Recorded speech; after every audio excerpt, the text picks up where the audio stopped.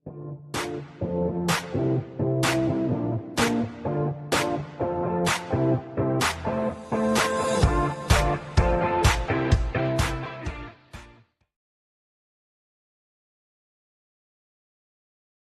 do. And I think that is what sets us apart is because every single member of the ICATS team works for the Lord and not for anybody else. And that's it. And in addition, All right, just this year also, we grant the test accreditation that we're really waiting for, and that is to strengthen our curriculum.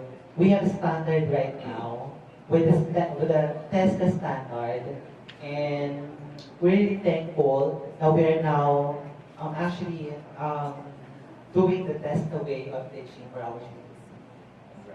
In addition, In addition to that, agree ako to everything that they said, no? And also what sets us apart when it comes naman to the organization, our very culture is family. So in ICATS, we are not just there just to work, work and play and fun and everything. And also, kung mapapansin ninyo, para kaming mga cool lang, ganyan. Some of the ICATS team that are here today, specifically Subs here is a friend of mine since 18 years old. Oh? Yeah. And Art here is my best friend actually since we were grade 1. And some of the team, members of the family also were classmates, gano'n. So talagang when it comes to the organization, when we work, hindi siya ganun ka-pressure. So, masaya lang and all. So, kaya lahat ng mga nangyayari sa loob ni ICATS, very. So, I think when it comes to the organization, that's one of the things that sets us apart. Okay, bilang hawak ko ulit yung mic, at namimiss ko magsalita. No, with all humility. Oy, pagsalitain niyo ako! with all humility, sir, to answer and to add to that question, I think the best testimony of how ICATS is different and unique from other flight attendant schools is because we don't want to speak about it. It's because it's the students who speak of us. So I think that resonates how effective we are at what we do. And by God's grace, for 9 years we have been doing that. We've sent how many students already to their dream airlines?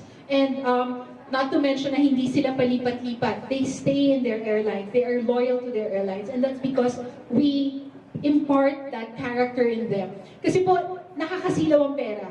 When you go to a local airline, you get offered what? 40,000. 50,000 the most. Maybe 60,000 if you're a little bit senior already. Ay, nakakasilaw, di ba? My first job was a flight attendant. I was offered a salary of 20 plus in Philippine Airlines. Nasilaw na ako doon. Ano pa nung naging flight attendant ako ng Emirates? I haven't worked. Being in Emirates was my first job. So parang the testimony that I get from my students, and by the way, if I can mention, I am not active with ICATS anymore right now for personal reasons, but the students keep coming back to me to ask me advices, to ask me and tell me that they're very thankful for what they learned in ICATS.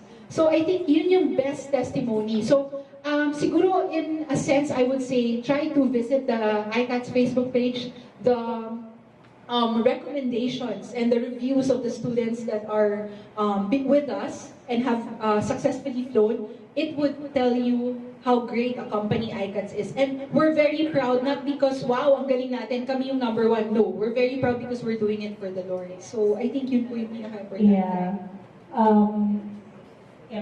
In addition to that, last na talaga. So yun. And the most important thing, I think, is like what Ms. Sabs mentioned and also Ms. Mays, no? We are not here just to work for people. We are here to honor God. Yung establishment talaga is, I know you've done your research, diba? It's a Jesus-centered. So it's establishment to honor God. And it doesn't set us apart, but it's our strength. Kaya nandito pa rin kami. And we're looking forward for many more years. because of that. Last question. Last question. Hello, good evening. I'm Divine De La Cruz from the Manila Times. So, maybe can you tell us about the current labor context in aviation? I mean, why would why would you promote or what would attract young people to enter the aviation? Is there a current demand also? Okay.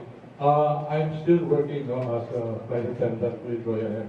Right now, there are a lot of airlines in the Philippines. There's PAL, the notable ones are PAL, Cebu Pac, Air Asia. Now they have Royal Air, Pan Pacific, Leading Edge, Air Swift. Now there are a lot of, and there are upcoming airlines that I've heard of, like Buhay, Sea Air, there's another one, Festival. So there's a demand. Plus, the bigger airlines are getting bigger aircraft, which demands much more flight attendants per flight. So not only in the Philippines, but you will see foreign airlines in the Middle East getting A380, which needs more flight attendants. So right now, there's a need for flight attendants here and abroad. Not only that, in the Middle East, they also need customer service attendants, which is almost the same as a flight attendant, but they focus more on customer service inside the A380. So there's a demand for flight attendants.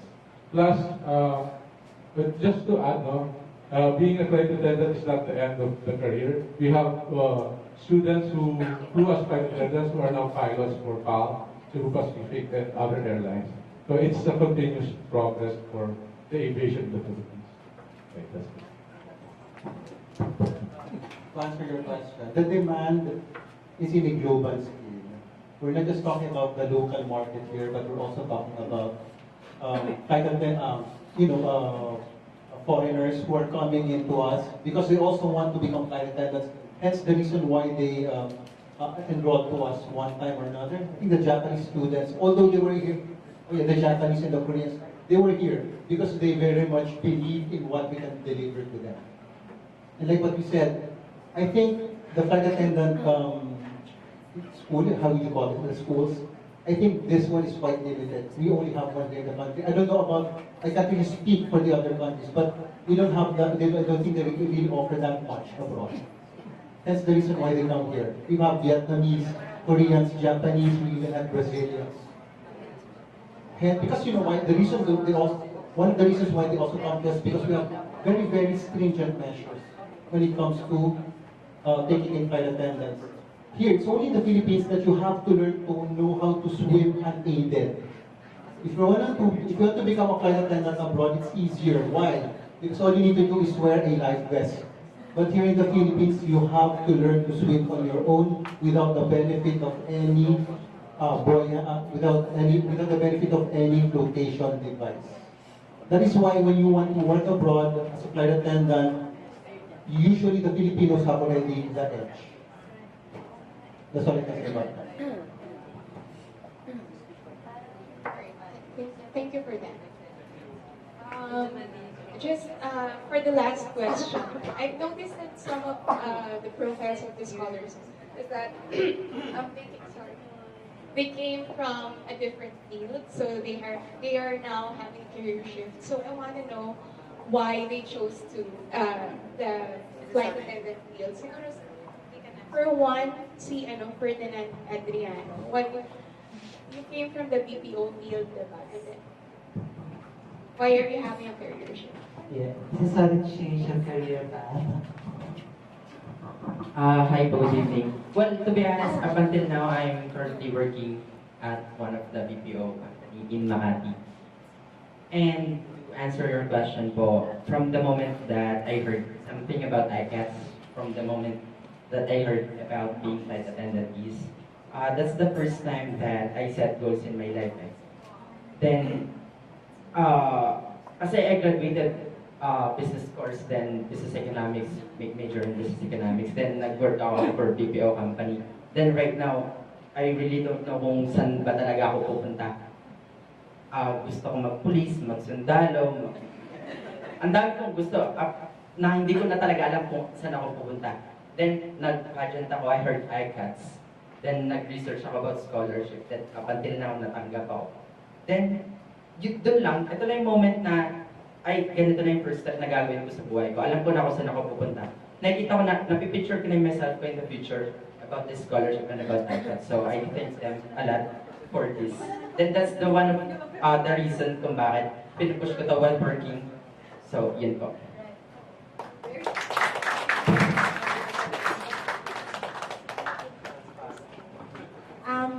Miss Cristel also, like to know.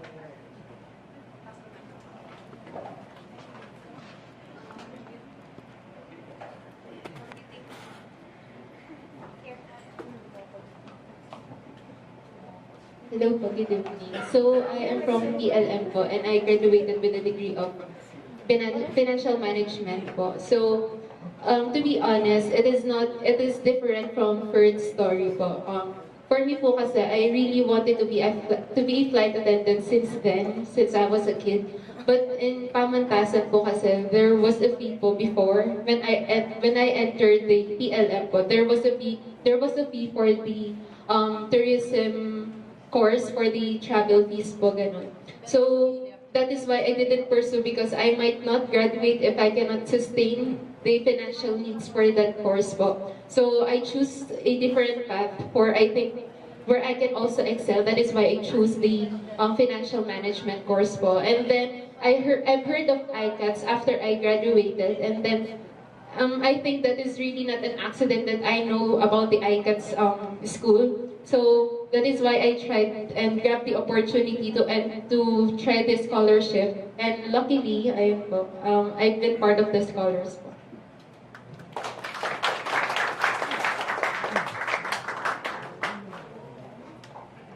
So there we have it. I hope you enjoyed that part of the program, diba? Enriching, ang dami natin natutunan.